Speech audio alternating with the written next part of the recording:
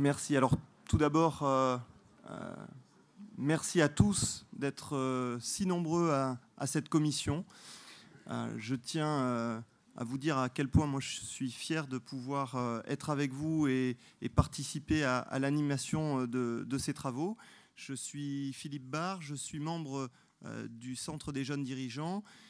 J'ai fondé, je dirige 2 PME sur la région bordelaise, une quarantaine de collaborateurs engagés dans ce Parlement en tant qu'entrepreneur d'avenir et également porteur au Bureau national du CJD des questions de développement durable et en charge de la performance globale. On en parlera dans quelques instants. J'ai la charge donc d'animer cette commission avec les entrepreneurs d'avenir qui s'y sont inscrits et puis les invités qui m'entourent.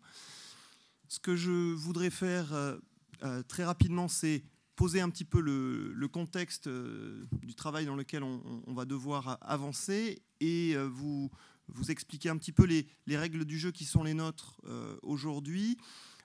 Vous l'avez compris, comme on nous l'a expliqué tout à l'heure, on doit produire dans cette séance, amener des propositions.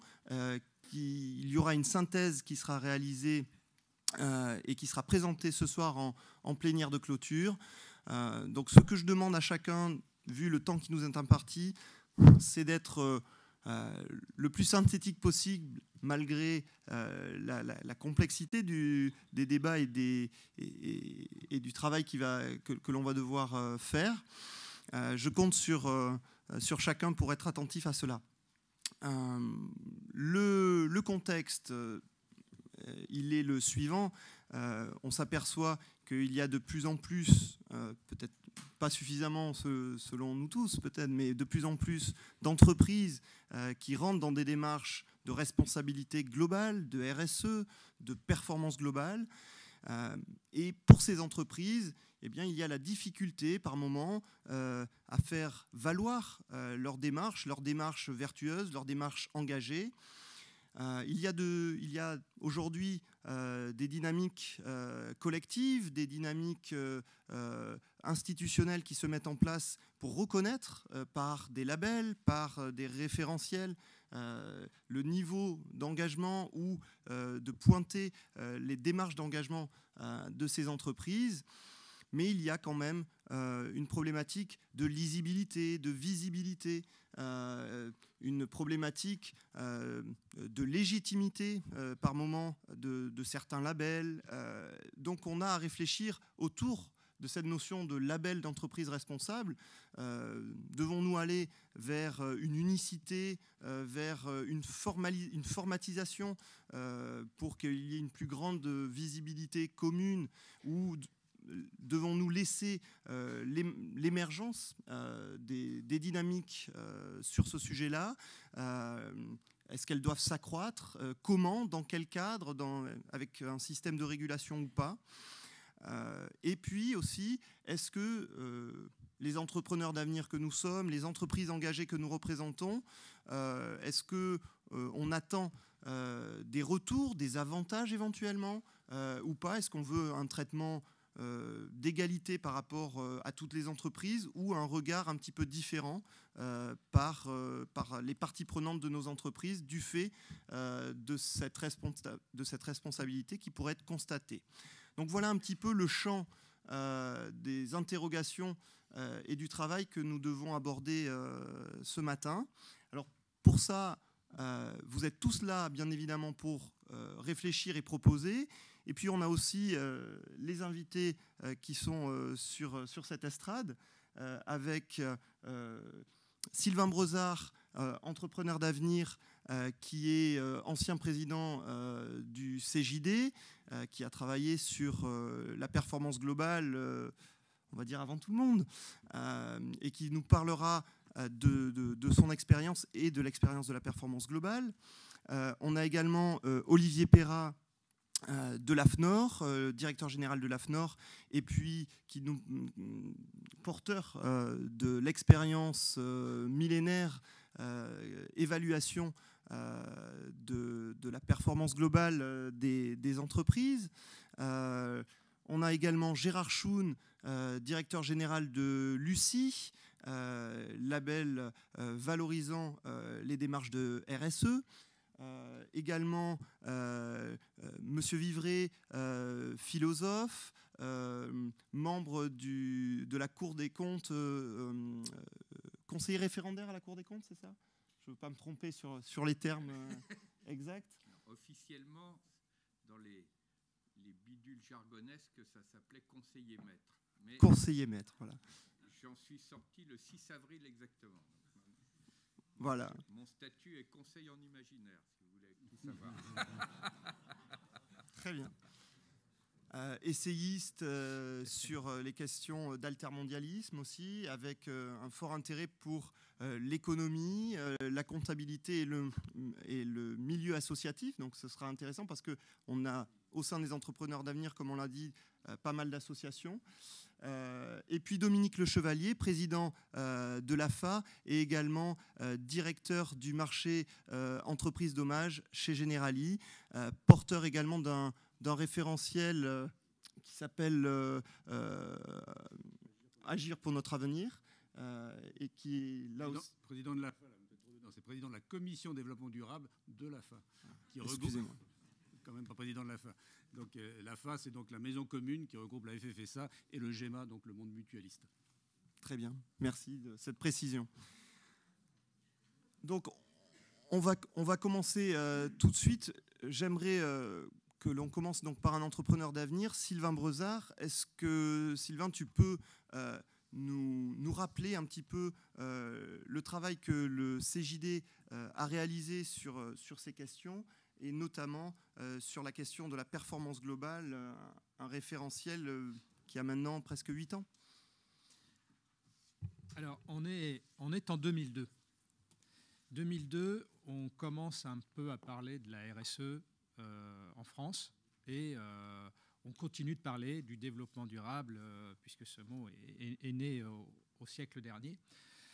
Sous des façons multiples et variées, ce qui fait que ce mot développement durable a quelque part perd son sens. Et moi, ce qui m'avait surpris à l'époque, c'était de voir que finalement, l'impulsion venait des États-Unis et des financiers américains. Quelques mauvaises histoires chez Coca-Cola, chez Nike, etc. Et les investisseurs ont dit il faut absolument qu'on se préoccupe un tout petit peu des aspects RSE. Pourquoi? Parce que c'est un risque fort pour la valorisation de nos actions. Donc, faut le rappeler d'où ça vient. Hein. Et effectivement, en France, il y avait quelques petites choses qui démarraient dans le monde associatif pour essayer de voir comment appréhender cela. Et puis, il y avait une agence de notation qui s'appelle ARES, qui finalement a été à la base de tout en France. Nicole Notat s'est contentée de la reprendre. Hein.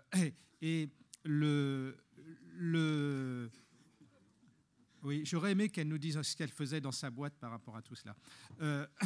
Et donc, la réflexion qu'on a eue, c'est de dire il faut absolument que ce concept-là soit approprié par les chefs d'entreprise.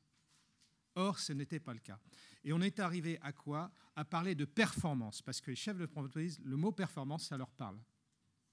Mais évidemment, pour positionner la réflexion, c'est comme ça qu'on est arrivé à performance globale. Alors, qu'est-ce qu'on a fait? On a étudié tout ce qui se passait. Et on a constaté plusieurs choses. Un, le peu de choses qui émergeaient, c'était autour des grands groupes. Une fois de plus, donc pas de problème. Mais il faut absolument que ça puisse, comment dirais-je, être mis en place et que les PME, PMI, etc. puissent l'approprier. Donc il faut faire un travail à ce niveau-là. Ça n'existait pas. Deux, dans ce qui se faisait au terme de la RSE, il y avait des pans qui étaient très peu étudiés, analysés.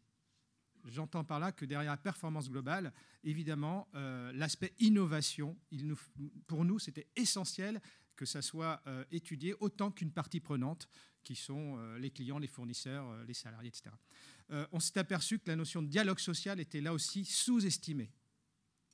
Donc, vous avez vu les témoignages ce matin, le dialogue social a été cité plusieurs fois, donc il nous semblait important de le valoriser davantage dans une analyse de cette performance globale, etc. Il y avait plusieurs points comme ça.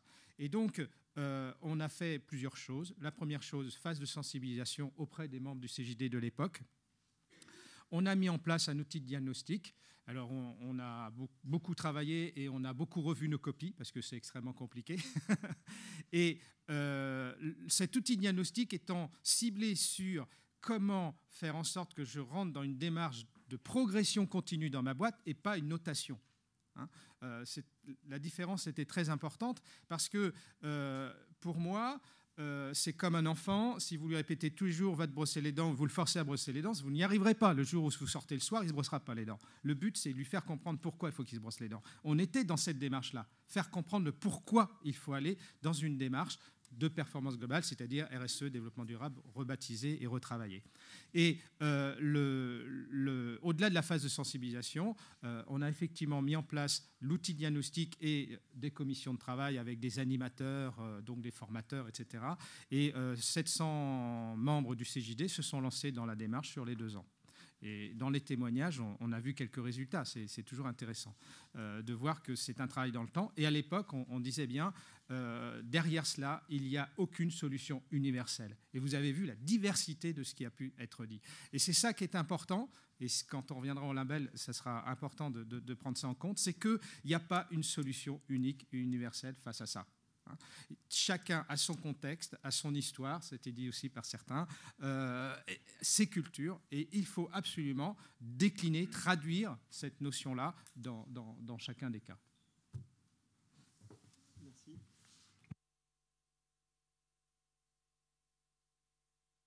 Gérard Schoon, est-ce que vous pouvez nous présenter la démarche que vous avez entrepris en mettant en place le label Lucie et comment vous collaborez avec les entreprises engagées sur cette démarche-là? Oui, bonjour. Alors en fait, Lucie a 2 marraines, si je puis dire. La première, c'est l'association Qualité France, et la seconde, c'est Vigéo, qui était représentée par Nicole Notat, qui a effectivement repris Arez. Enfin, elle n'a pas fait que ça. Donc Qualité France est une association qui a pour objet de promouvoir des labels de qualité qui permettent d'éclairer les consommateurs dans leur acte d'achat. Parce que derrière Qualité France, il y a 220 000 familles, 220 000 citoyens consommateurs. Et en fait, l'idée de Lucie est partie de là, est partie d'une réflexion des consommateurs. Les consommateurs disant, aujourd'hui, on a des informations sur la qualité des produits. Qualité France a été un peu à l'origine de Label Rouge, Label AB, agriculture biologique. Donc il y a beaucoup de labels sur les produits. Par contre, il y a très peu de signes, très peu de repères, de témoins, de labels qui renseignent sur le comportement responsable ou non des entreprises qui fabriquent et distribuent ces produits. Et là, il y avait donc une demande, une attente de la part des consommateurs. Et toute la réflexion sur Lucie est en fait partie de là. On s'est dit, il faut créer quelque chose. Alors, c'est vrai que du côté des grandes entreprises, là, les grandes entreprises communiquent sur leur engagement en matière de responsabilité sociétale et environnementale. En même temps, vous avez peut-être noté, il y a des études qui sont parues récemment et qui montrent, je dirais, une certaine méfiance, pour ne pas dire une méfiance certaine et de plus en plus prononcée dans les 2 dernières années sur l'autodéclaration des entreprises. Donc vous avez d'un côté des grandes entreprises qui communiquent, mais avec un peu de greenwashing, un peu ou beaucoup, et de l'autre côté, une masse d'entreprises, ce sont les PME, qui n'ont pas les moyens, individuellement, de communiquer sur leur engagement en matière de développement durable et de responsabilité sociale. Donc, l'idée du label Lucie est véritablement partie de cette réflexion de consommateurs.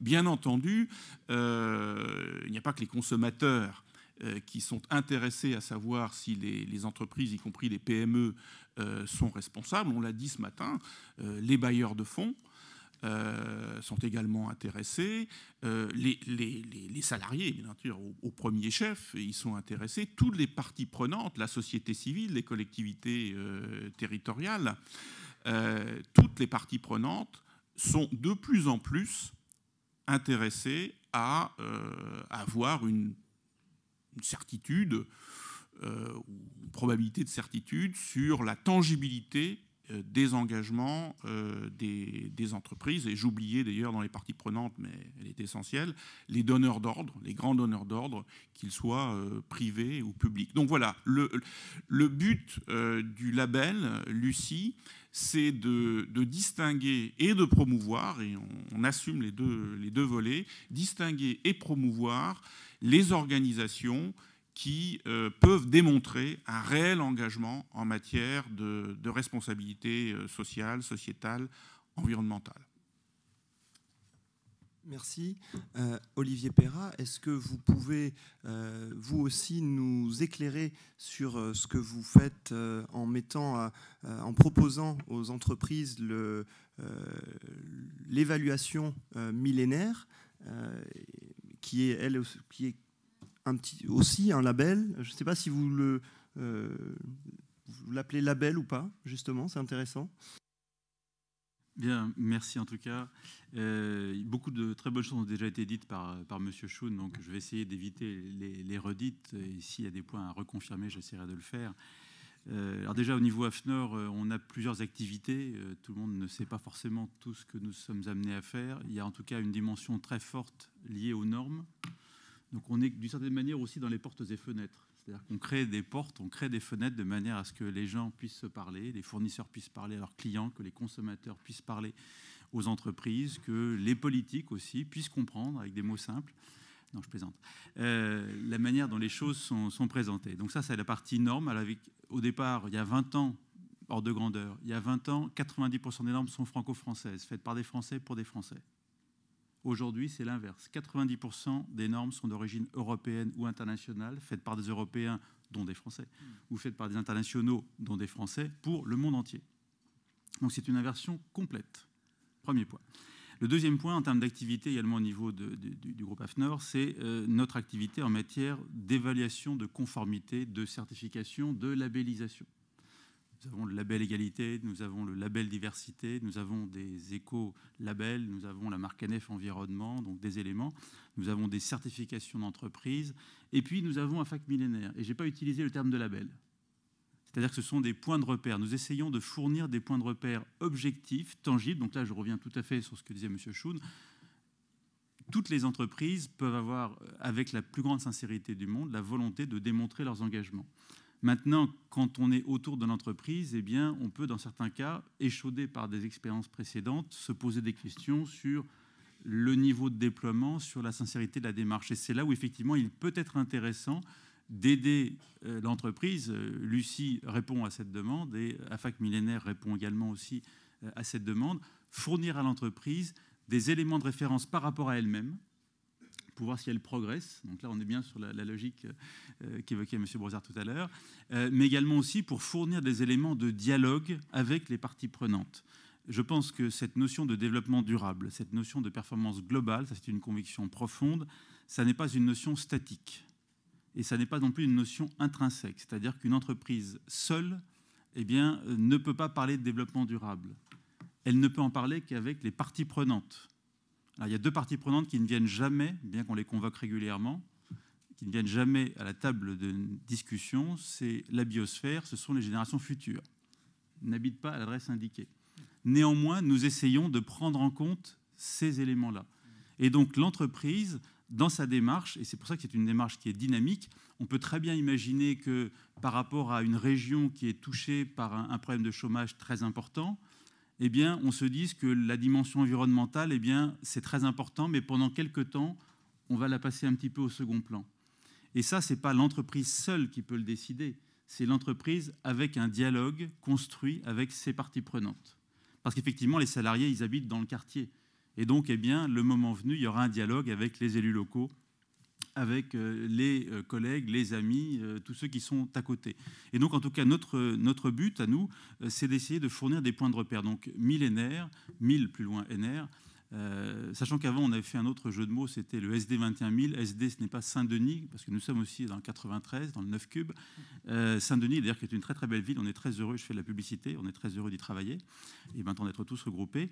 Et SD 21000, c'était pour Sustainable Development.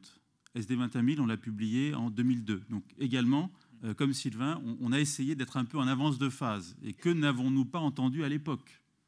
Qu'est-ce qu'on vous a rien demandé, etc., etc. Écoutez, comme disait mon grand-père, si tu n'aimes pas ça, n'en dégoûte pas les autres. Et je pense que c'est quelque chose sur le... J'ai dit un gros mot ? Non ? Temps de parole ? Bon, sans doute pas. Voilà. Enfin, en tout cas, nous essayons de fournir des points de repère. Et le SD 21000, c'est quelque chose qui essaye de prendre en compte l'expérience accumulée, les heures de vol accumulées, c'est un mot que je n'aime pas trop en ce moment, mais sur différents référentiels, dont le SD 21000, et c'est là qu'on a essayé aussi d'avoir une démarche exemplaire, d'avoir une démarche locale, régionale, et puis d'essayer de prendre en compte, d'engranger toutes ces expériences-là, plus également d'autres référentiels internationaux, Global Compact, Global Reporting Initiative, etc. etc. Et alors maintenant, dernier point pour conclure sur ce point-là, je souhaiterais effectivement dire un peu ce qui va se passer après-demain. Moi, ce que j'ai entendu tout à l'heure, c'est qu'il fallait vraiment penser non pas seulement à demain, mais essayer de penser à demain, après-demain et après-après-demain. Et il y a donc une norme, un projet de norme qui s'appelle la norme ISO 26000. L'ISO, c'est la fédération internationale des AFNOR des différents pays. D'ailleurs, on s'est croisé avec M. Barré hier soir. J'étais avec le secrétaire général de l'ISO. On travaille tous les jours, on travaille tous les soirs. Et donc, on discutait avec le secrétaire général de l'ISO, justement, de l'ISO 26000. L'ISO 26000, c'est donc un référentiel qui ne doit pas, a priori, donner lieu à certification, mais c'est un référentiel outil de dialogue qui doit permettre à tout acteur, c'est pour ça qu'on ne parle plus au niveau international de RSE, parce qu'il y a eu un très grand débat, les entreprises ont dit on est tout à fait d'accord pour assumer notre responsabilité sociétale. En revanche, nous estimons que nous ne sommes pas les seuls. Et les organisations, les collectivités locales, les États ont aussi une responsabilité dans ce domaine. Donc c'est pour ça que maintenant, au niveau international, après moult débats, on parle maintenant de responsabilité sociétale et on a droppé le E parce que le E concerne en fait virtuellement tout le monde. Donc il ne faut pas être trop précis, trop réducteur. Et sur l'ISO 26000, dans le cadre du dialogue amical mais exigeant, évoqué par Manuel Valls tout à l'heure, eh bien, que s'est-il passé ? Je ne vais pas être trop spécifique, sinon après problème diplomatique, mais nous avons eu des très grands partenaires, de très très grands partenaires d'économies émergentes ou au contraire très matures, qui se sont émus. Parce qu'ils se disent, mais l'ISO 26000, si demain c'est publié, ça veut dire que demain, dans le cadre de mes dialogues avec mes fournisseurs, on risque de me demander des comptes ou on risque de me demander si, effectivement, j'applique les bonnes pratiques qui sont évoquées dans ce cadre-là. Donc en tout cas, c'était pour partager avec vous ces éléments-là. Nous avons des points de repère et je pense que toutes les initiatives, toutes les heures de vol, qu'elles soient exercées dans le cadre d'un référentiel comme Millénaire ou comme Lucie ou autres, le moment venu, eh bien, il faudra voir comment tout ceci est compatible avec la dimension internationale, parce que ce sera le dialogue international. Quand, dans le domaine du commerce équitable, on parlera de développement durable, on ne pourra pas ignorer l'ISO 26000. Voilà. Merci.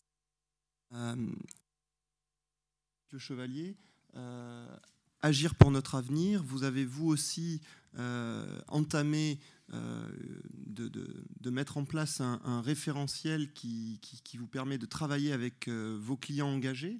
Est-ce que vous pouvez nous en parler et nous dire peut-être aussi en quoi, vers quoi vous tendez quand vous mettez cela en place ? On reparlera peut-être tout à l'heure de la multiplicité des labels, des références et des notions d'expertise. Nous, ce qu'on a voulu mesurer, et là on rejoint d'ailleurs l'initiative du CJD, avec lequel d'ailleurs on a noué un partenariat, parce qu'on a aidé justement cet outil d'autodiagnostic qui a été créé, on a signé un partenariat donc en 2007, et là on est sur la performance économique, ce que Lucie recense, c'est effectivement la démarche d'engagement. Nous, on a voulu mesurer sur 60 champs de contrôle la capacité, la performance d'une entreprise à pouvoir maîtriser l'ensemble de ses risques, qu'ils soient d'ailleurs assurables ou non, et la maîtrise de cette performance. Donc ce n'est pas simplement un référentiel, même si d'ailleurs dans notre travail d'analyse et de diagnostic, donc on s'est beaucoup appuyé sur la SD 21000, et donc on a essayé de faire un retour d'expérience de toutes les normes qui existaient en vigueur, de toute notre expérience aussi accumulée autour des milliers de visites que nous effectuons chaque année au travers de tous les sites en France et en Europe, voire même dans le monde, et d'essayer de construire cette matrice d'analyse des risques et de regarder la performance et la capacité d'une entreprise à pouvoir justement maîtriser sa performance par rapport à ces risques, mais tout en l'inscrivant dans le triangle économique, social et sociétal et environnemental. Et donc, c'est ça qui nous a intéressés. Et ce matin, donc, les expériences qui ont été montrées à la tribune montrent que toutes les personnes qui sont là, d'ailleurs, dont certaines sont assurées Generali, mériteraient toutes d'être dans le portefeuille Generali, parce que je m'y retrouve totalement, et dans toutes les valeurs que nous, on a inscrites. Et donc, c'est un peu la sanction et la pertinence de notre système. Alors, le président Claude Tandy le disait ce matin, il est prouvé que les entreprises qui respectent les piliers du développement durable sont forcément des bons risques. On est en train d'essayer de le prouver. On ne peut pas encore le démontrer, mais je pense que tous les paramètres d'analyse vont dans ce sens-là. Nous, on n'a pas encore accumulé beaucoup d'expérience, puisque, bon, en mettant une centaine de risques, on passait le diagnostic, donc multiplié par 3 années, puisqu'on a démarré pratiquement il y a 2-3 ans, donc 300 années risques, et ça donne un petit échantillon statistique. Mais c'est vrai que jusqu'à présent, toutes les entreprises qui ont fait ce travail d'entrer dans la démarche Generali, bon, on n'a aucun sinistre, on noue un partenariat avec eux, on les revoit de manière périodique et on leur donne un certain nombre de conseils. Donc effectivement, la démonstration est en train de se réaliser. Et on accuse souvent les assureurs d'être frileux, de ne pas s'occuper des risques de développement. Je pense que Generali a pris le risque du développement durable. D'accord, merci. Alors maintenant, le jeu, enfin le travail plutôt, c'est que vous nous fassiez part sur ces thématiques de vos réactions, de vos propositions, de vos bonnes pratiques, de vos attentes peut-être, ou de vos positions par rapport à ce que vous avez entendu, mais ce que vous portez aussi certainement des idées nouvelles. Donc n'hésitez pas maintenant à prendre la parole. Il y a un micro, alors je ne sais pas qui... voilà. Donc la demoiselle au fond de la salle va vous faire passer, dès lors que vous levez la main, le micro pour vous exprimer. Et oui, Sylvain. Je pourrais faire une petite remarque. Alors, c'est le jeu. Jeu. Vous pouvez intervenir de la même façon que la salle peut intervenir. Maintenant, le but, c'est vraiment de réagir de manière le plus interactive possible et construire des propositions qui seront reproduites ce soir. Oui, monsieur.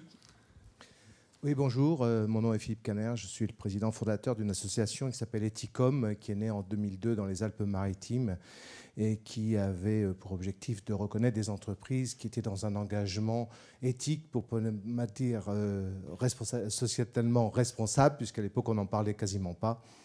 Et donc, nous avons créé un référentiel de toutes pièces à l'époque, en 2002, en même temps que la performance globale ou la SD 21000. C'est sûrement pas un hasard. La difficulté à laquelle on s'est trouvé confronté très rapidement, c'était d'avoir des indicateurs et d'avoir des éléments de référence, surtout dans le domaine social, parce que d'évaluer la performance des entreprises, voir le progrès des entreprises dans le domaine écologique, par exemple, de savoir si on pollue moins, c'est relativement facile d'identifier où on en était, où on est allé. Par contre, dans le domaine social, c'est beaucoup plus difficile. Comment on évalue l'amélioration du dialogue social d'une année sur l'autre, etc. Donc, comme il y a un panel très représentatif d'intervenants sur ces thématiques de labellisation, j'aimerais savoir comment elles ont pris en considération les indicateurs sociaux et comment on peut évaluer un progrès social en entreprise d'après eux. Sylvain, tu voulais réagir, alors est-ce que... Mais en plus, je voulais juste faire une remarque en plein dans le sujet. Vous avez tous eu ce journal ce matin, enfin même hier pour ceux qui l'ont acheté. Je vous incite à regarder les résultats de l'enquête concernant les motivations des dirigeants dites de PME, PMI pour mettre en place les critères sociétaux et environnementaux. Premier critère, répondre aux attentes clients, 79%. Réduire les coûts, de fonctionnement d'entreprise, 69%. Réduire et prévenir les risques, 69%. Améliorer l'image, 65%. Augmenter la performance économique, 63%. S'adapter au contexte économique et financier, 59%. Conviction personnelle, 54%. On n'a toujours aucun élément sur le social. Et il arrive enfin répondre ou anticiper, répondre aux attentes des salariés, 49%. Voilà. Moi, ça m'a complètement interpellé. Et je me dis, et c'est bien ce qui se passe, hein, c'est que, évidemment, que l'avenir de notre planète, il est déterminant. Hein, c'est tout ou rien après-demain. Mais à chaque fois, c'est le social qui en pâtit. On a toujours une bonne raison, quels que soient les grands événements qui se passent dans le monde depuis des siècles, c'est le social qui est un peu mis de côté. Après, vous avez conseils externes utilisés ou envisagés. Organismes gouvernementaux, experts comptables, conseillers juridiques, assureurs, cabinets de conseil en stratégie, banques et organismes. Il n'y a absolument aucun conseil en RH. Donc, juste pour vous dire que pour moi, il est hyper important d'arriver à bâtir quelque chose pour pousser une démarche qui soit bien globale et qui ne mette pas le social et les salariés dans leur coin. Parce que c'est ça qui se passe. Alors, vous disiez effectivement, en plus, c'est particulièrement difficile de bâtir des critères sur le sujet social. Moi, je m'étais battu à l'époque, parce que j'en avais ras-le-bol, qu'on me dise combien vous mettez de votre masse salariale en formation. Voilà, c'était le critère, la question que tout le monde vous posait. Les clients, évidemment, vous la posaient pour eux. Ça ne veut rien dire. Ce qui est important, c'est combien de salariés, quel est le pourcentage de salariés qui suivent des formations chaque année. C'est bien celui-ci, le critère social. Ce n'est pas le pourcentage. Bien sûr que si en plus on y met plus d'argent que moi, c'est intéressant. Mais, et donc, bon, je ne réponds pas, mais effectivement, sur chaque point comme ça, et je peux prendre l'égalité homme-femme, on travaille sur le label, ce n'est pas simple non plus. Je peux prendre des questions sur la diversité. Comment mesurer en quoi on est moins discriminant ? Tout cela nécessite vraiment un travail collectif. Moi, je pense qu'on peut trouver tous les bons critères, parce qu'aujourd'hui, il y a beaucoup plus de maturité qu'il y a 6 ans. Hein. Mais il faut sortir de ces critères idées reçues un peu passe-partout. Alors, par rapport justement à cette maturité dont tu parles, on s'aperçoit qu'on a pas mal de choses aujourd'hui. On a cité beaucoup de référentiels, de labels, de démarches depuis tout à l'heure. Et comment justement on réagit par rapport à tout ça? Est-ce que des entrepreneurs d'avenir ici ont des positions sur justement cette multiplicité des démarches, des référentiels, des labels? Est-ce que c'est utile d'en avoir le plus possible? Et comment on gère ça quand on est un entrepreneur qui doit donner de la visibilité à son engagement? Est-ce qu'on a des réactions par rapport à ça? On m'a donné le micro, donc je suis désolé. Je m'appelle Philippe Girard, je voudrais témoigner parce qu'on a fait des choses un peu complémentaires dans tout ce que vous venez de citer. On a créé il y a 5 ans un trophée sur la responsabilité sociétale des entreprises. Donc ce trophée était là justement pour valoriser ces bonnes pratiques et ce qui se faisait dans les entreprises. On est parti du postulat qu'il y avait plein d'entreprises qui innovaient, qui mettaient de l'argent justement vers le développement durable, et à l'époque on disait que c'était pas rentable et que seules les grosses entreprises pouvaient le faire. Et la manière de travailler, c'est qu'on a été voir les syndicats, tous les syndicats, salariés et patronaux, et on a créé un questionnaire avec eux, où on leur a dit, pour vous, qu'est-ce que c'est que la responsabilité sociétale? Et voilà, donc nous on a créé un questionnaire avec l'IMS, l'Institut du mécénat social, et tous les syndicats, ça a été ratifié. Et on est le seul trophée en France, même en Europe, à avoir qui récompense des patrons par des syndicats salariés et patronaux. On a créé un jury sur la région PACA où ils sont ensemble. Et d'ailleurs, vous, CJD, vous le savez puisque vous êtes partenaire. Et d'ailleurs, je vous en remercie. Et ça fait 5 ans maintenant que ça existe. Et de plus en plus d'entreprises veulent participer à nos trophées parce qu'aujourd'hui, entre guillemets, ça commence à valoir de valeur de label. C'est-à-dire qu'on a un signe de reconnaissance.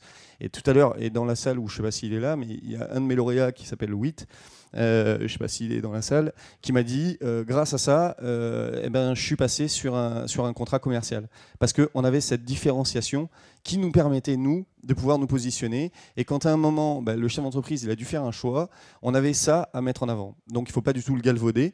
Et nous, les questionnaires qui sont renvoyés par les patrons pour participer à nos lauréats sont signés par les syndicats à l'interne des entreprises. Donc quand vous parliez de dialogue social, etc., nous on est en plein dedans. Et j'en profite pour lancer un appel.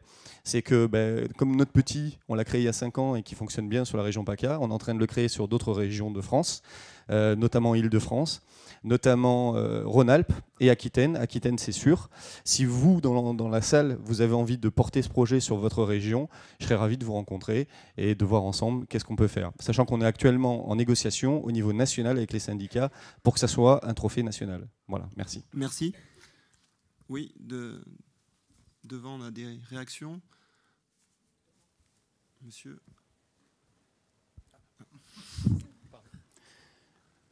Bonjour, André-Jean Guérin, je travaille à l'Assemblée des chambres françaises de commerce et d'industrie comme directeur développement durable.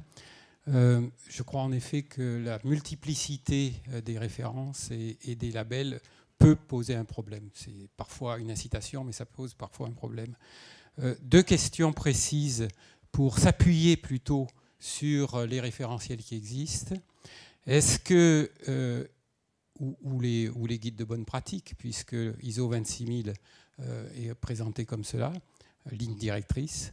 Est-ce qu'il ne serait pas possible, on a vu que les entreprises ne pouvaient pas aller seules vers le développement durable, qu'elles devaient y associer leurs fournisseurs, leurs clients, etc. Est-ce qu'il ne serait pas possible d'engager un travail avec à la fin un document certifiable, notable, sur la façon dont les relations clients-fournisseurs, les relations commanditaires sous-traitants sont véhicules d'un développement durable au sens des lignes directrices de ISO 26000. Donc ça, c'est plutôt peut-être une question pour Olivier Perrat. Et puis une question pour Dominique Le Chevalier. Il y a des référentiels en matière environnementale qui sont notamment la norme ISO 14001 et maintenant, enfin déjà auparavant EMAS, mais il est en révision, EMAS étant un règlement européen sur le management environnemental qui va bientôt être renouvelé par une décision du Conseil. Est-ce qu'il ne pourrait pas y avoir une invitation plus forte à être certifié 14000 ou EMAS par une analyse précise de, on l'espère, une diminution du risque d'exploitation du fait qu'on a un système de management environnemental. Et s'il y a diminution du risque d'exploitation, il pourrait y avoir une diminution de la prime d'assurance. Alors, merci. Donc, il y a 2 questions pour nos invités. Ce que je voudrais, c'est qu'on se concentre aussi sur la proposition et les exemples des entrepreneurs d'avenir qui sont dans la salle. Alors, Olivier Perrat, est-ce que vous pouvez répondre à cette question, s'il vous plaît ? Je dirais, je n'ai pas les références parce que je ne connais pas par cœur les 20 000 références et je vous présente mes excuses les plus plates. De ce que nous avons en stock en matière de documents, normes, normatifs et assimilés. Mais il y a un document qui s'intitule « Relations mutuellement bénéfiques ». Et je pense que ça existe déjà. Donc ça, c'est la bonne nouvelle. La mauvaise nouvelle, c'est que je n'ai pas la référence, mais enfin, en allant sur le site www.afnor.org, vous aurez forcément la solution. Et « Relations mutuellement bénéfiques », c'est un document qui a été établi justement avec le concours de donneurs d'ordre, de fournisseurs, expliquant justement, et on est vraiment dans cette philosophie de relations durables, mutuellement bénéfiques, en disant, et en tant que dirigeant d'entreprise, je me sens aussi des vôtres, il est clair que même dans une crise comme celle que nous connaissons, il ne faut surtout pas, même quand le fournisseur est en position de faiblesse, il faut tenir compte aussi du fait qu'on est plus fort que lui, et il faut surtout ne pas abuser de sa force. Et ces relations mutuellement bénéfiques, justement, c'est ce type de bonne pratique, de manière à ce que le moment venu, quand les choses iront mieux, à terme, eh bien, ça reparte dans la bonne direction. Alors, je vais peut-être en profiter pour répondre aussi sur une question qui ne m'était pas posée, mais sur la 14000 il y a des chaînes, il y a des secteurs, il y a des filières dans lesquelles il y a des prescriptions où les donneurs d'ordre prescrivent l'utilisation de l'ISO 14000 au niveau des fournisseurs qui sont de leur secteur. Alors, ce qu'on pourrait ici imaginer, parce que ça ne se fait pas de manière homogène à ma connaissance, c'est qu'au niveau des pouvoirs publics, lorsqu'une entreprise a fait une démarche ISO 14000, c'est qu'a priori, elle est volontaire pour faire des choses dans ce domaine-là. Est-ce qu'elle bénéficie systématiquement d'allègements en matière de contrôle? Là, la réponse est plutôt du côté des pouvoirs publics.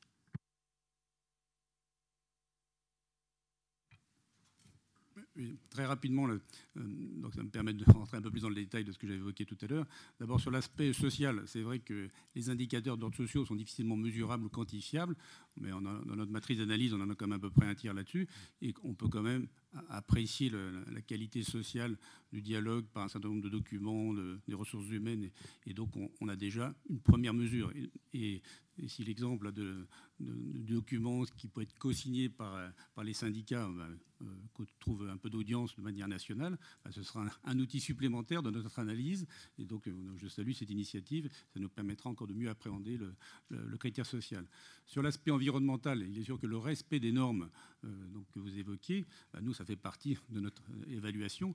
Et donc, ça nous fait gagner même du temps sur l'évaluation sur l'aspect du levier environnemental. Donc, nous, on s'appuie bien sûr sur un certain nombre de documents ou de référentiels. Et plus les personnes ont déjà fait ces démarches sanctionnées par des normes, ça permet d'améliorer effectivement la notation. Et donc, en l'occurrence, il y aura certainement une très bonne note sur l'aspect du levier environnemental. Et donc, derrière, effectivement, ce que je n'ai pas dit tout à l'heure, c'est que toutes les personnes qui arrivent à notre label, à la note de 12 ou de 15 sur 20, ont derrière des avantages assurantiels importants, pas simplement quantitatifs sur l'aspect du rabais du budget d'assurance, mais surtout aussi qualitatifs sur la qualité du contrat et sur les solutions d'assurance qu'on essaye de mettre en face des risques qu'on a mesurés ensemble avec le chef d'entreprise.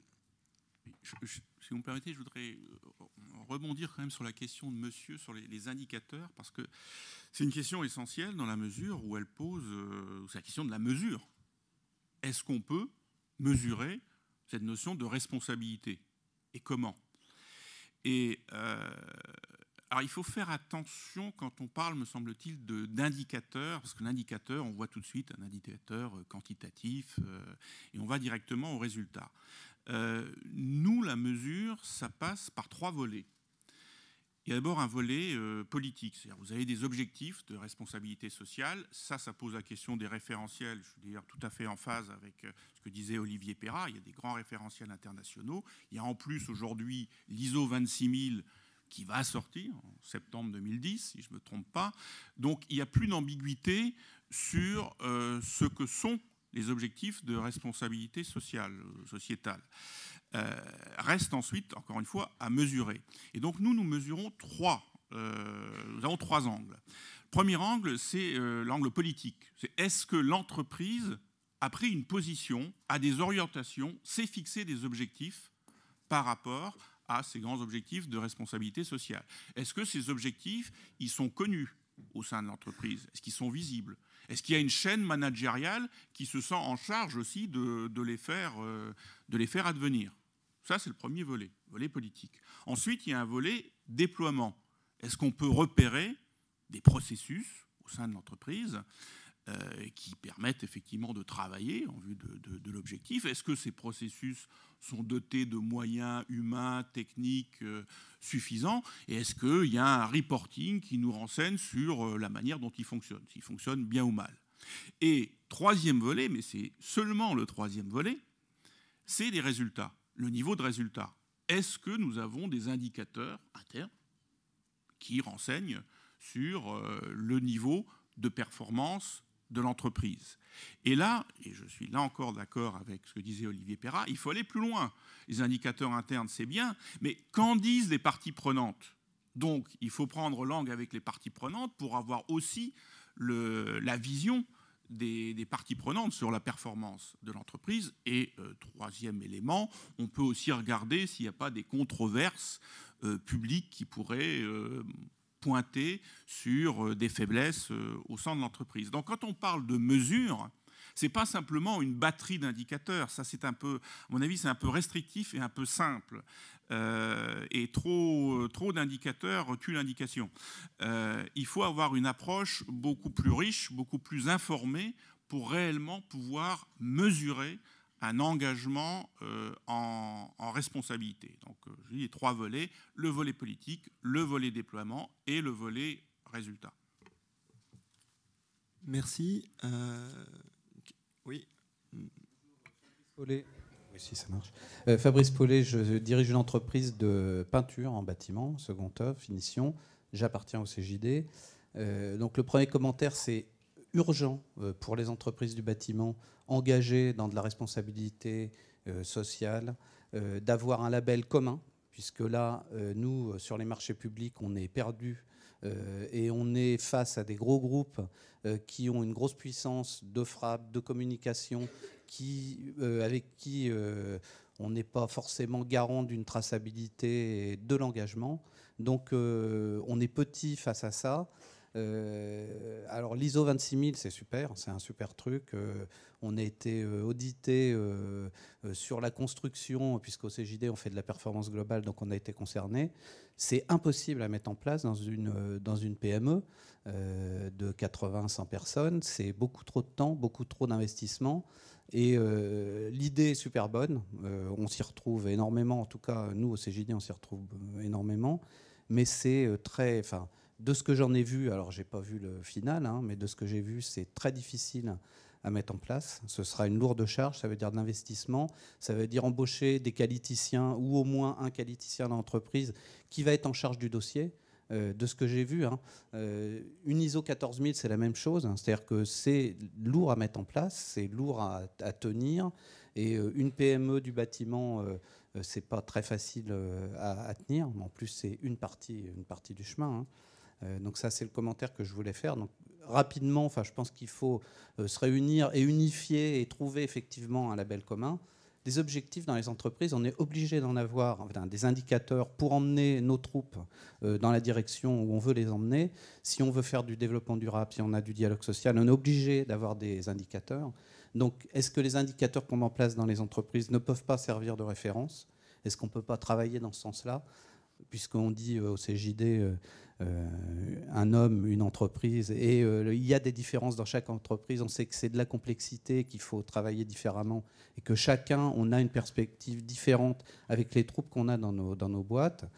Et pour conclure sur ce que Sylvain a dit tout à l'heure, le dialogue social, c'est inévitable dans une entreprise si on veut donner du sens à ce qu'on fait, enrôler nos troupes dans des objectifs communs de développement durable, de diversité, de respect de l'individu. Et si on veut mettre l'entreprise au service de l'homme, c'est exactement comme ça qu'il faut s'y prendre.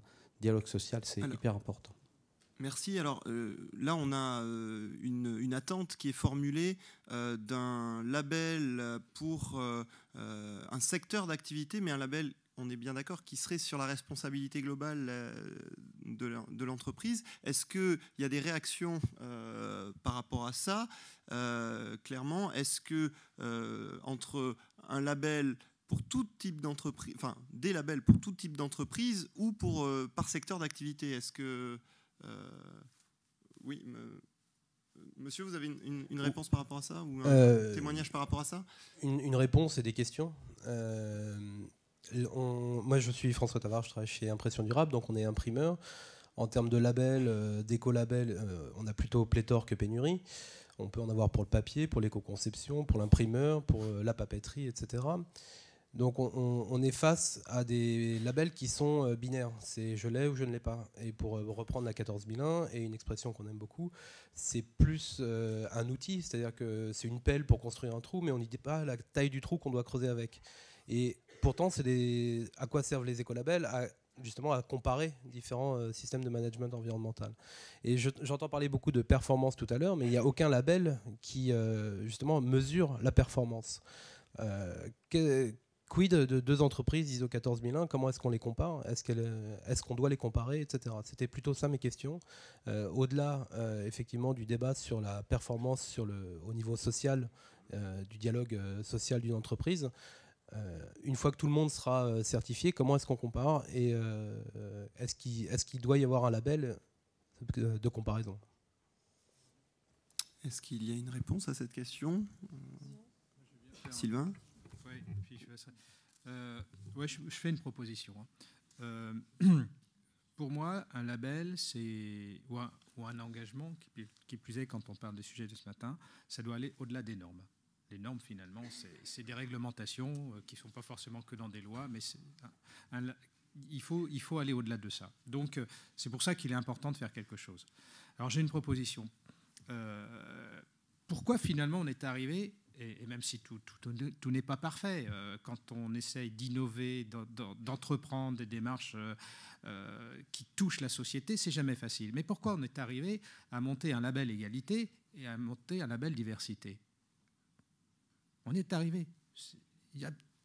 Et ça progressera. Et je pense que même dans ces labels-là, il y a des choses peut-être encore à peaufiner, mais ce n'est pas grave.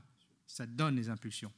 Alors moi, ma proposition, c'est de dire, Monsieur Borloo, vous vous engagez à faire en sorte qu'on mette en place un label, qu'on bâtisse un référentiel. Toutes les expériences sont là. Ce qu'a dit Gérard, c'était nos échanges de 2002, stratégie, etc. C'était ça.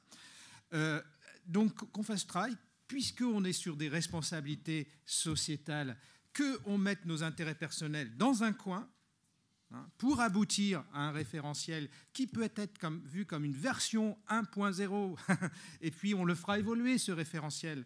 Il est évident qu'il y a 10 ans, l'environnement n'était pas en prise comme aujourd'hui, donc ça évolue, ça bouge, la diversité. Donc qu'on bâtisse quelque chose au nom d'un ministère qui est capable de donner quelques moyens et de créer une dynamique, et puis ensuite on trouve un organisme auditeur, et je pense que l'AFNOR en France est là pour ça, et on fera bouger les choses. Et ça ne sera pas parfait, mais ce n'est pas grave. Le problème, c'est de donner des impulsions fortes et lourdes. Après, on viendra sur les d'autres sujets, à quoi sert le label, etc. Mais je pense que là, il faut vraiment aller au-delà de l'intérêt de l'image et de l'intérêt économique. C'est de dire, voilà, on vient d'avoir le label diversité. C'est une vraie fierté dans l'entreprise pour les salariés de dire, voilà, on est en plus reconnu pour nos engagements. C'est important.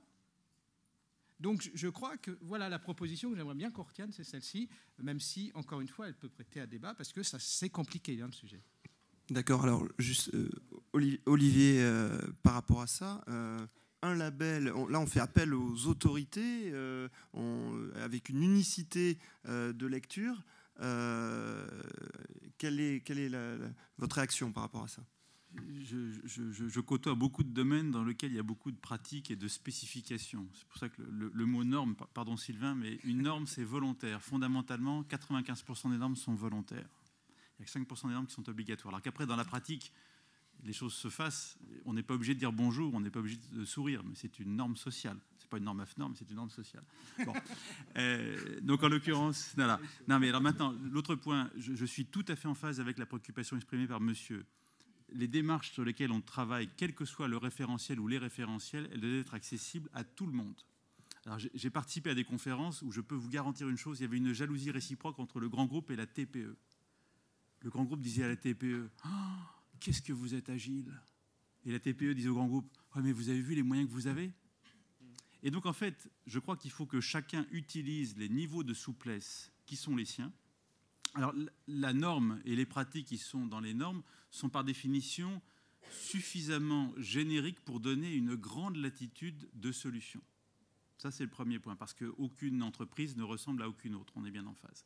En revanche, ce qu'on a pu constater, c'est que dans certains cas, notamment au niveau des TPE, des artisans, il pouvait y avoir un appétit pour une meilleure manière de marcher, pour dire, bah, écoutez, nous, on n'a pas envie d'y passer trop de temps, on souhaite avoir une méthode simple, robuste et qui marche, et en liaison avec le syndicat professionnel ou avec telle ou telle organisation, et le CJD peut être un excellent creuset pour cela, eh bien, on trouve un moyen un peu prescrit, c'est-à-dire qu'on n'a pas la liberté habituelle, ce n'est pas les figures libres. Là, c'est le côté, si vous voulez faire ça, vous faites les figures imposées, vous aurez le double salto dedans à tel moment, etc., et ça marche. Mais je pense que c'est la solution. On l'a déjà fait pour la 14 000. Au niveau AFNOR, nous avons publié un document qui s'appelle la 14 000 par étape, niveau 1, niveau 2, niveau 3, et le niveau 3, vous êtes arrivé à la 14 000. Simplement, vous y êtes arrivé à votre rythme, et en plus, on en a profité pour, proposer ce texte-là au niveau international, et en plus pour récupérer l'animation du secrétariat du groupe de travail correspondant au plan mondial. Donc si vous voulez, tout ce qui est expérimentation, exemplarité, influence, je crois que ça a été évoqué ce matin, ce sont des valeurs propres au CJD, on se reconnaît tout à fait là-dedans et on est tout à fait prêt en tant qu'AFNOR à porter notre concours et sur l'élaboration de référentiels et sur l'application très concrète, très pratique avec des acteurs. Et je suis persuadé que M. Schoun sera tout à fait d'accord pour contribuer lui aussi à ce type de choses. Quand le référentiel 14 000 par étape a été élaboré, eh bien, c'est ce qui s'est passé. Tous les intérêts particuliers ont été mis de côté. On a essayé de trouver la meilleure manière de marcher. Et puis ensemble, eh bien, on a trouvé une bonne manière, parce que Gérard a tout à fait raison. On prétend absolument pas être arrivé du premier coup à la bonne solution. Il faut accepter, si on veut faire vite, de faire assez bien. C'est le good enough anglais. On fait assez bien et puis on améliorera la fois d'après. Mais il vaut mieux avoir une solution acceptable très rapidement qu'une solution parfaite à l'infini. Moi, je voudrais peut-être rassurer monsieur qui disait l'ISO 26000, c'est vraiment extrêmement compliqué. Alors c'est vrai, quand vous recevez le document, il fait 120 pages. C'est ça. C'est écrit petit, hein, c'est pas des. Vous dites bon, est-ce que. On fait bien 1000 Oui, mais nul n'est censé ignorer la loi. L'ISO 26000, c'est pas obligatoire. Et vous vous dites avant d'y aller, je vais peut-être quand même réfléchir parce que j'ai d'autres choses à faire. Il faut que je regarde ma trésorerie en ce moment. En réalité, il n'y a pas tellement de choses à retenir. Déjà, il y a un point sur lequel l'ISO 26000 s'est mis rapidement d'accord et que nous on a repris, c'est qu'ils ont dit écoutez, c'est quoi la responsabilité sociétale? On ne dit plus des entreprises. C'est en fait 7 questions centrales. Et ces questions centrales, elles sont valables pour tout type d'organisation, quel que soit le secteur d'activité, quelle que soit la localisation.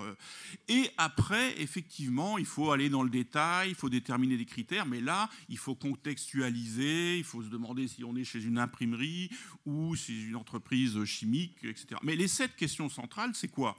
C'est les relations et les conditions de travail, les droits fondamentaux de la personne, l'environnement, tout ce qui est protection, préservation de l'environnement, les relations avec les clients, les consommateurs, les donneurs d'ordre, les bonnes pratiques, les pratiques des affaires, l'engagement sociétal, le développement des territoires d'implantation et la gouvernance.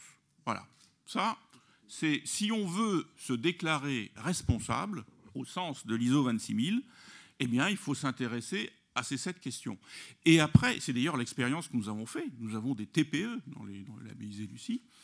Évidemment, si vous avez 10 personnes, vous n'allez peut-être pas déployer le même arsenal que si vous êtes une entreprise du CAC 40. Mais par contre, ça s'analyse de la même façon. C'est-à-dire que quand je vous ai parlé de la mesure, de la manière dont on mesurait, on mesure exactement de la même façon une entreprise du CAC 40 et la TPE. Et ça marche. Et il ne faut pas se faire une montagne de ce que représente ce référentiel. Alors après, évidemment, ça ne veut pas dire que vous allez être performant partout, que vous allez être exemplaire. Ça n'existe pas. Il n'y a aucune entreprise qui est au top sur tous les sujets.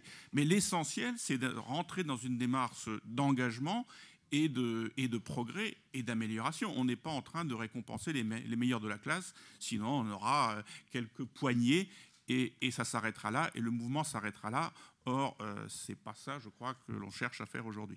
Alors, j'aimerais bien qu'on puisse avoir une réaction par rapport à ça. On a eu des contributions par Internet, donc je voudrais que les entrepreneurs d'avenir qui les ont faites puissent s'exprimer. On a eu notamment... Oui. Comme ça, je vais libérer le micro, comme je sais qu'il y a plein de gens qui veulent parler. D'accord. Donc moi, je suis Laurence Lascari, je dirige la société de production audiovisuelle de l'autre côté du périph'. Et en fait, ma question, elle porte plus sur le statut juridique de l'entreprise sociale, parce que à l'heure actuelle, moi, je pense que les grands perdants de l'entrepreneuriat social, ce sont les SARL qui finalement n'ont aucune reconnaissance par rapport à leur utilité sociale. J'espère que tout le monde a entendu. Donc je disais que de mon point de vue, les grands perdants de l'entrepreneuriat social sont aujourd'hui les SARL, puisqu'ils ne bénéficient d'aucune reconnaissance. Et par exemple, pour le cas de mon activité, la création audiovisuelle, quand on travaille avec des entreprises, donc là c'est très simple, c'est une prestation économique, il n'y a pas de souci.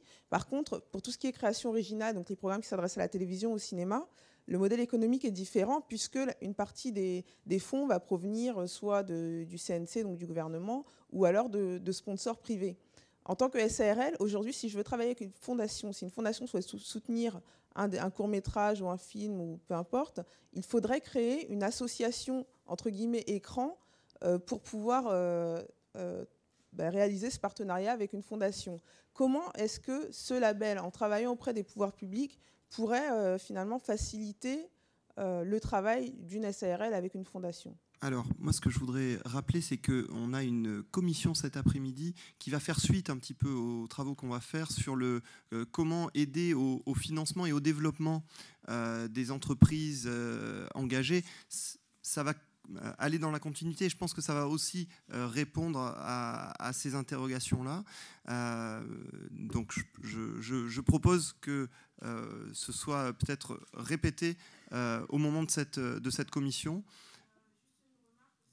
Nous aimerions bien entendre Monsieur Viveret. Voilà, oui, alors on va entendre Patrick Viveret qui va nous faire la conclusion et qui a souhaité justement vous entendre, vous écouter et pouvoir nous faire ses remarques sur les travaux que l'on est en train de faire, les propositions qu'on est en train de faire. Maintenant, si Patrick Viveret souhaite intervenir, à tout moment il peut le faire, comme je lui ai dit tout à l'heure. Je veux bien dire des choses. Hein. La parole est. Vous pouvez la prendre à tout moment, comme nos autres invités. C'est ce qu'on a dit tout à l'heure. Je ne sais pas si vous le souhaitez. Moi, ce que je peux dire, puisque dans les travaux que j'ai faits, notamment sur la mission Reconsidérer la richesse, je partais davantage du niveau macro, y compris international, et puis davantage du domaine public. Mais il y a un certain nombre de questions qu'on s'est posées à cette occasion qui, je crois, peuvent être utiles parce qu'elles croisent les vôtres. La première, c'est de partir des raisons pour lesquelles, globalement, on a des systèmes qui nous incitent à l'irresponsabilité. C'est-à-dire que, avant même de poser la question de labels, de critères, de normes, etc., sur la question de la responsabilité sous ses différentes formes, comprendre en profondeur les logiques d'incitation à l'irresponsabilité, c'est un élément important. Par exemple, le point de départ, c'était lorsque Jacques Chirac, dans son discours de Johannesburg, avait pris la célèbre métaphore « la maison brûle, mais nous regardons ailleurs », c'était de dire « oui, mais nous avons des indicateurs de richesse ». Là, il s'agissait notamment des indicateurs de comptabilité nationale avec le fameux produit intérieur brut, qui non seulement nous incitent à regarder ailleurs, mais plus gravement nous incitent à mettre de l'huile sur le feu de la maison qui est en train de brûler. Parce que tant que vous avez des systèmes comptables qui vont comptabiliser positivement, parce qu'il y a eu des flux monétaires, des éléments de destruction, de dangerosité, qui soient de nature écologique, sociale, etc., vous pouvez faire tout ce que vous voulez. Si la nature de ces indicateurs vous pousse au crime, on est dans la situation d'un marin où on dirait « oui, il faut changer de cap », mais si les instruments de bord ils continuent à être réglés sur l'ancien cap, il y a un moment où la contradiction est totale.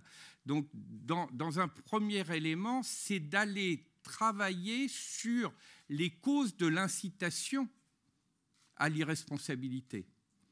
Et là, il y a deux causes majeures, et ça vaut pour les États, pour les acteurs publics comme pour les entreprises. C'est que le couple formé par l'incitation à la démesure et l'incitation à l'aveuglement constitue des éléments structurels. Par exemple, en matière de démesure, ça a été évoqué à plusieurs reprises à propos de la question sociale, on a des systèmes qui ont incité massivement au creusement des inégalités dans des proportions qui font que la question même du vivre ensemble, que ce soit au niveau d'une collectivité nationale, internationale ou au niveau d'une entreprise, devient de plus en plus difficile. Henry Ford et JP Morgan, qui n'étaient pas particulièrement des alternatifs, disaient régulièrement qu'au-delà d'un certain seuil d'inégalité, qui chiffrait au maximum à 1 à 40 et de préférence de 1 à 20, une entreprise était en danger si le rapport d'inégalité entre le plus bas revenu et le plus haut revenu dans une entreprise excédait un certain seuil. Bon. Là, c'est une forme de démesure.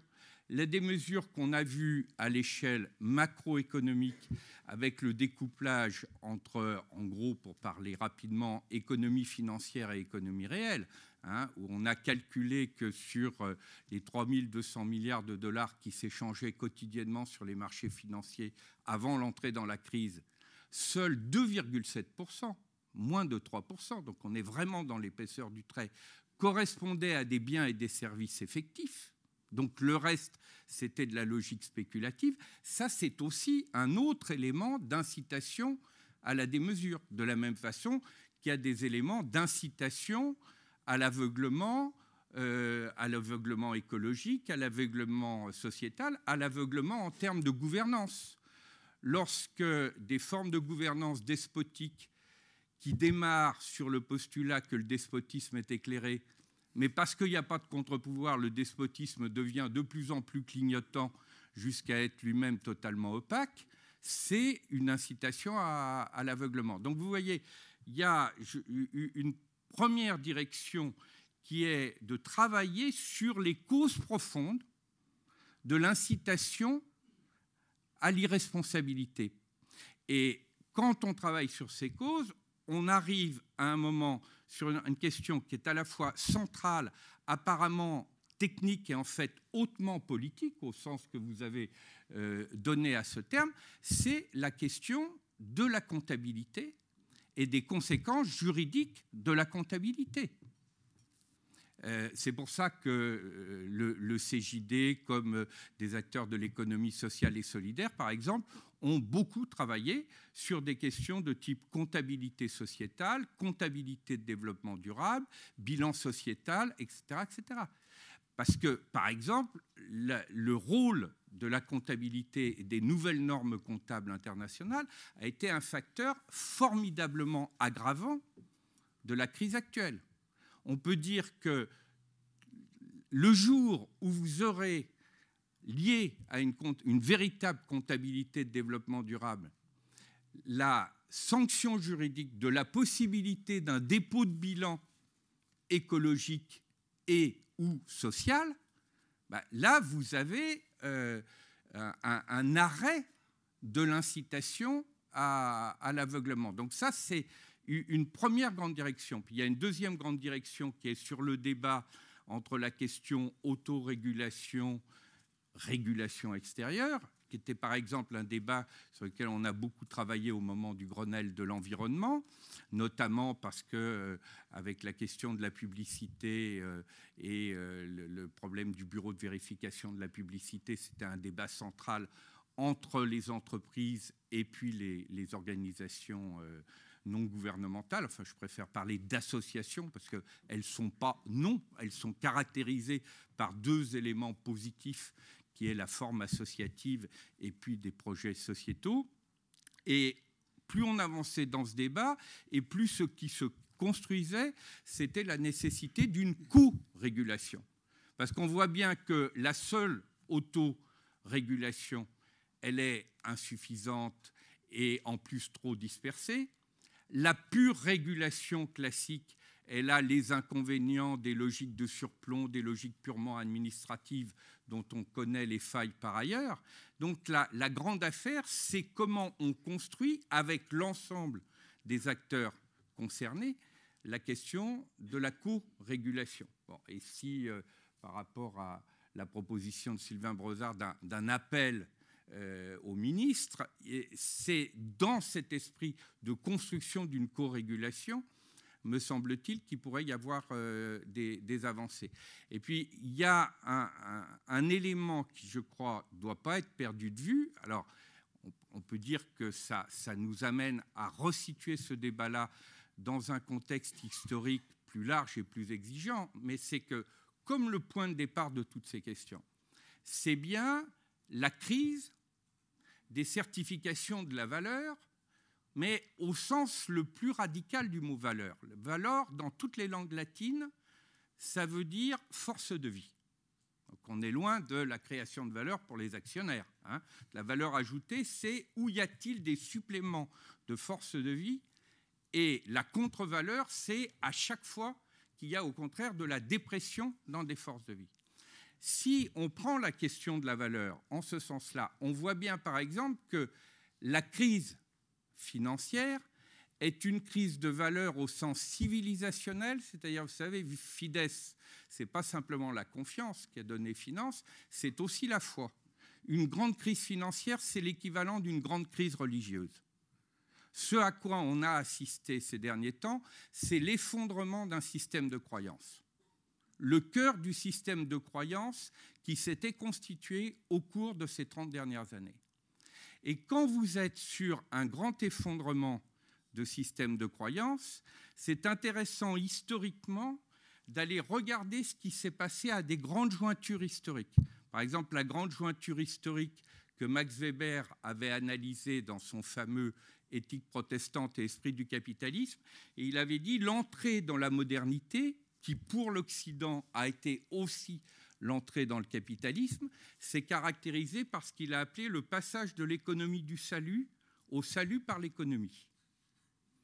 Et dans l'économie du salut, vous aviez quantité d'éléments qui ont été structurants pour le salut par l'économie. Par exemple, on le sait trop peu, la forme de la comptabilité, elle vient de l'économie du salut. Parce que par rapport à ce qui était la question centrale de l'économie du salut, comment est-ce qu'on évite la damnation, le système comptable jouait le rôle d'indicateur pour repérer sur la route si on risquait ou non la damnation. Et donc vous aviez la comptabilité des pertes péchées avec la gradation du risque de damnation du côté des péchés. Et je vous rappelle que le péché le plus grave, c'était ni le meurtre, ni l'adultère, etc. Le péché le plus grave dans l'économie du salut, c'était le prêt à intérêt, parce que l'idée que l'argent travaille dans le temps était le blasphème absolu, ça mettait l'argent au même niveau que Dieu, et le grand bouleversement culturel et religieux qui s'est produit ensuite, c'est quand la richesse monétaire est devenue licite, mais que ce qui restait de l'ordre du péché, donc de la perte fondamentale, c'était la jouissance de la richesse. Et c'est pour ça d'ailleurs que les conditions de l'épargne et de l'investissement et de l'accumulation du capital ont pu être réunies, puisque si vous avez d'un côté une richesse monétaire qui devient licite et de l'autre côté un interdit sur la jouissance de cette richesse, évidemment c'est l'épargne et l'investissement qui sont la réponse fondamentale. Alors pourquoi je dis ça? Ça peut paraître nous entraîner trop loin, c'est parce qu'on peut faire l'hypothèse que le cycle historique qui est en train de s'achever et dont la crise n'est que la loupe grossissante, c'est justement la fin du cycle historique du salut par l'économie. À la fois parce que les promesses du salut par l'économie n'ont pas été tenues, mais aussi parce que la question du salut fait retour pour l'humanité. Pas sous la forme religieuse classique, etc., mais toutes les grandes questions, les rendez-vous critiques auxquels l'humanité est aujourd'hui confrontée, font que la façon, ce n'est pas tant la planète qu'il faut sauver, parce que la planète, elle continuera en tout état de cause sa course au moins jusqu'à 4,5 milliards d'années avant son absorption par le Soleil. Par contre, la capacité de l'humanité à ne pas voir sa propre aventure en finir prématurément, ça, c'est la vraie question. Et par rapport à ce problème-là, l'entrée dans un nouveau cycle historique, la grande question qui nous est posée et dont les labels, les indicateurs, les systèmes comptables sont un sous-élément, c'est comment évite-t-on le trafic d'indulgence, puisque vous savez que dans l'économie du salut, non seulement vous aviez la comptabilité du salut, avec d'un côté les pertes péchées et de l'autre côté les bénéfices déjà, parce que benefatio, c'est faire le bien. Donc c'était les bienfaits qui, dans l'économie du salut, venaient équilibrer les pertes péchées. Bien, aujourd'hui, et à côté de la comptabilité, vous aviez la monnaie de salut. Mais à partir du moment où la monnaie de salut a été marchandisée, instrumentée, et qu'à ce moment-là, la monnaie de salut des indulgences a conduit au grand scandale que l'on connaît, parce que le marché des indulgences s'est transformé en trafic d'indulgences, nous voyons bien aujourd'hui, dès lors que nous rentrons dans cette nouvelle phase historique, que la question de la valeur, la question de la dimension symbolique devient un élément déterminant de la garantie donnée aux nouvelles valeurs, et que si jamais on est pas seulement dans le greenwashing, mais dans le social washing, dans le civic washing, etc., c'est-à-dire qu'on vient dissimuler sur le cœur de ce qui fait la foi dans l'avenir, c'est du point de vue de la gravité quelque chose d'effondrement du système des valeurs comme force de vie. Et donc toute la question des labels, c'est effectivement la ligne de crête entre tous les éléments positifs qui conduisent vers de la progression, tous les intervenants sont intervenus à juste titre sur ce thème-là, et en même temps les conditions qui garantissent qu'on n'est pas dans un nouveau trafic d'indulgence. Donc voilà des éléments qui sont complémentaires, mais qui, je crois, doivent être aussi intégrés dans notre débat pour sentir à quel point c'est un enjeu tout à fait fondamental.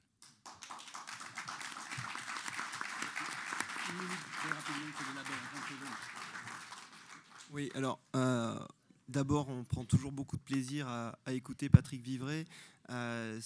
C'est, je trouve, déjà une bonne conclusion parce qu'on est arrivé au terme de notre temps. On va laisser deux interventions, si vous en êtes d'accord, parce qu'on va quand même grappiller un petit peu de temps à l'organisation, mais on m'a demandé d'être très à cheval sur l'horaire. Et je vous ferai réagir, Dominique. On a une intervention au fond. Avant de rendre la parole à la salle, et après le quart d'heure philosophique, ça va être dur de redescendre sur les labels. Je voulais juste donner un point de vue sur les labels. Nous, on n'est pas contre les labels, au contraire, il ne faut pas que ce soit source de confusion. Mais au contraire, nous, s'il y en a d'autres, et justement, s'il y a le label dont parlait Sylvain Breza sur un label social, au contraire, ça nous donnera des outils supplémentaires d'analyse de la performance de l'entreprise. Et donc, nous, ce qui nous intéresse, c'est de valoriser les démarches vertueuses des entreprises pour justement, et c'est puisqu'on était sur l'atelier, valoriser les démarches responsables, et nous derrière de trouver des solutions intéressantes et avantageuses, des solutions techniques ou des solutions d'assurance, que ce soit d'un point de vue qualitatif ou qualitatif. Très bien. On a une intervention au fond de la salle, ou je ne sais pas qui a le micro, excusez-moi. Pardon. Il y a peut-être deux micros qui circulent. Oui. Donc c'est effectivement pas facile de reprendre derrière Patrick Vivray. C'est toujours très difficile. Mais j'espère que les propos que je vais tenir vont un peu régler la crise de foi qu'on a actuellement. Je travaille sur tout ce qui tourne autour du contrôle de gestion et du développement durable, et le Conseil supérieur de l'ordre des experts comptables, avec son club développement durable aujourd'hui, propose un outil, et cet outil, il demande qu'à l'expérimenter sur une entreprise à taille réelle. Le principe de cet outil, c'est de réintégrer les éléments sociaux et environnementaux qu'on laissait de côté jusqu'à maintenant. Exemple tout bête, le social aujourd'hui, c'est quoi? C'est un salarié, c'est des salariés. Et qu'est-ce que vaut un salarié? Il vaut ce qu'il coûte. Donc en gros, c'est une charge. C'est dommage, c'est un péché. Et le club développement durable du Conseil supérieur se propose de prendre en compte les compétences des salariés, et non pas de les mettre en charge, mais de les mettre en capital. Donc les actionnaires apportent de l'argent, c'est du capital. Les salariés apportent des compétences, c'est du capital. L'environnement apporte des compétences aussi, enfin de la ressource, c'est du capital. Et donc évaluer toute la comptabilité en fonction de ça. C'est un début, c'est peut-être une piste pour demain. Et j'irai au-delà, comme Patrick le dit souvent, il faut changer le système de comptabilité. On peut ne pas tout compter, mais je dirais aussi il faut montrer ce qui compte pour nous. Et je travaille beaucoup sur la notion de capital immatériel. En France, il y a un observatoire du capital immatériel qui permet d'évaluer des choses qu'on avait tendance à oublier. Et donc, je vous invite à aller voir sur le site de l'observatoire. Il y a des bonnes pistes pour aller au-delà et se trouver des outils quotidiens avant même d'aller vers des labels qui permettent, d'un point de vue communication marketing, de se montrer à l'extérieur, au moins en interne, qu'on trouve des outils de pilotage. Et je pense que le Conseil supérieur, le Club DD, ce qu'il propose est intéressant. Et le capital immatériel est aussi une bonne piste pour trouver des nouveaux outils de pilotage. Merci de ces propositions. Observatoire de l'immatériel en Google, ça marche bien. Merci de ces propositions. Une autre intervention au fond de la salle. Oui, bonjour, Ludovic Delaherche. Je m'occupe et je dirige AICA, qui est une plateforme mondiale qui réunit un peu plus de 56 000 internautes à ce matin, qui participent librement, créativement, par la photo et la vidéo à des grands sujets de communication ou société ou marketing. J'aurais juste 2 remarques. Une par rapport à ce qu'a dit M. Brezard sur intérêt particulier et intérêt général. On est tous d'accord, qu'on est tous engagés ici dans un objectif qui est l'intérêt général, mais sans rentrer dans une diatribe weberienne, pour reprendre ce que disait M. Vivray. Je pense qu'il ne faut pas perdre de vue non plus que la motivation va rester les intérêts particuliers dans le but de l'intérêt général et qu'il ne faut surtout pas faire peser sur le poids des entreprises cette responsabilité de l'intérêt général. Pour ça, il y a des hommes politiques qui sont élus et choisis et ce n'est pas aux entreprises à nouveau d'endosser le rôle d'assumer l'intérêt général. C'est bien par la motivation des intérêts particuliers, par contre, qu'on garde en objectif l'intérêt général. Et très rapidement, pour revenir sur la question qui était comment récompenser, comment valoriser les entrepreneurs qui s'engagent dans une logique de responsabilité, moi j'ai plusieurs suggestions. La première, c'est de les écouter, ça me semble assez important. La deuxième, c'est que ce label doit être, devrait être plutôt, dans une logique de dialogue et pas de discours. La différence est très importante. Et cette différence, elle repose sur quoi? C'est qu'on a parlé de normes, on a parlé de cahiers des charges que les entreprises reçoivent, auxquels on doit se plier, sur lesquels on doit travailler de longs mois pour pouvoir avoir un label. Et des témoignages qu'on a eu ce matin des entrepreneurs de labels qui n'apportent pas grand-chose en termes de visibilité pour l'entreprise parce que les médias ne les relayent pas, parce que ce ne sont pas des sujets aujourd'hui qui intéressent. Donc il y a une logique d'éducation derrière assez importante. Et ce qui me semble plus intéressant, ce pourquoi je parle de dialogue, c'est qu'on a vu ce matin, et il y a, je suis sûr autour de nous, plein de témoignages de gens qui sont engagés, qui mériteraient aujourd'hui d'avoir un label de responsable, parce qu'en plus ils sont présents aujourd'hui, ils sont engagés, ont été sélectionnés pour ça, et qui correspondent à des pratiques. Donc, est-ce que la démarche ne peut pas être inverse, de plutôt labelliser des initiatives qui existent déjà, qui fonctionnent, qui ont fait leurs preuves, plutôt que d'essayer d'inventer des nouvelles grilles qu'on va imposer aux entreprises pour pouvoir construire un label? Merci. Je voudrais juste donner une précision. Oui. Quand je parlais d'intérêt général, je ne parlais pas des entreprises, je parlais de tous les organismes, voire entreprises, qui ont défini des référentiels. Et je trouverais dommage qu'on s'arc-boute chacun sur son référentiel. C'est ça, quand je parlais d'intérêt général, c'est de dire, voilà quoi, on ouvre le jeu, on ne s'arc-boute pas sur son référentiel, on n'a pas forcément raison avec son référentiel, et on converge vers un intérêt général qui est un référentiel commun. C'était à cela que je faisais allusion. Par contre, je ne suis absolument pas d'accord avec vous sur le fait que, on s'intéresse aux bonnes pratiques sur des axes bien particuliers dans chacune des entreprises, c'est génial, il faut partager les pratiques. Mais ce qui est important, c'est bien que l'entreprise ne se contente pas de s'engager sur un sujet, mais bien un engagement global. Et c'est pour ça que c'est très important de faire ce que fait Gérard, c'est que ce soit les parties prenantes qui analysent cela, et notamment les salariés. Et je vais vous donner un exemple. Beaucoup de fondations d'entreprises sont vues comme des dadas des présidents. J'en ai une, donc j'en parle librement. Eh bien, écoutez ce que pensent les salariés de ces fondations-là, des entreprises.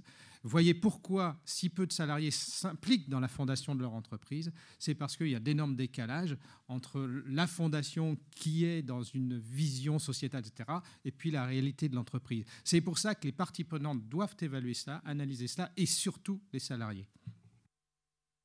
Merci. Je sais que c'est très frustrant pour ceux qui n'ont pas pu s'exprimer, et sachez que j'en suis désolé. Du coup, ce que je vous propose, parce que moi je suis frustré à double titre en tant qu'entrepreneur d'avenir et aussi animateur de ne pas avoir pu collecter le maximum de propositions. Je vous propose de me faire passer, si certains ont des propositions concrètes à faire valoir, me faire passer sur un petit papier votre proposition écrite. Je vais demander, d'abord je vais remercier Luc, je vais remercier également Thibaut et Gaël qui nous font l'honneur de travailler sur la synthèse. Je vais leur demander de se lever, que vous les voyez, parce que vous pouvez leur donner également à eux, et Luc aussi. Voilà, vous pouvez donner vos papiers avec vos propositions à eux ou à moi, et comme ça on pourra intégrer dans la synthèse plus de matière de propositions pour ce soir. Je vous remercie d'avoir participé et encore bravo pour vos initiatives.